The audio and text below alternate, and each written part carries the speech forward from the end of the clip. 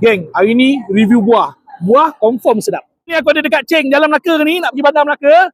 Kat sini ada satu kedai buah tau. Orang kita punya. Fruit and Food Center Cheng. Dia ada buah potong. Dia ada bagi, orang cakap offer baik-baik untuk korang lah. Buah-buah pun macam-macam ada. Mari aku bawa korang. Geng, kita kat sini ada buah naga. Kita ada buah labu. Kita ada buah tembikai. Yang paling best sekali kita ada buah nanas madu. Dekat Fruit and Food Center Cheng ni. Ni lah mangga rainbow. Harga dia sekilo RM7 tau. Isi dia tebal, manis. Untuk nanas kilo RM5. Aku nak ambil 3 ni. Ini buah papaya. Kalau lalu tu belilah buah potong dia macam-macam ada. Kita ada buah mangga, buah potong, buah mangga, buah tembikai. Kita ada buah nanas, jambu air, jambu batu. Kalau kau nak tahu, dekat sini, kalau kau beli satu ni RM5 tau. Dia buah potong. Tapi kalau kau beli 3, RM10 dia bagi. Kau-kau dia potong. Lepas tu, dia belanja lah air.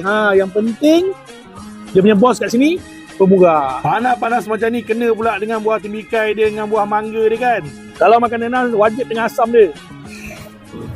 Kena jus mangga, segar. Bang, ubi kayu bang. Ubi kayu, manis-manis ni, isi tebal-tebal. 3 kilo, RM10.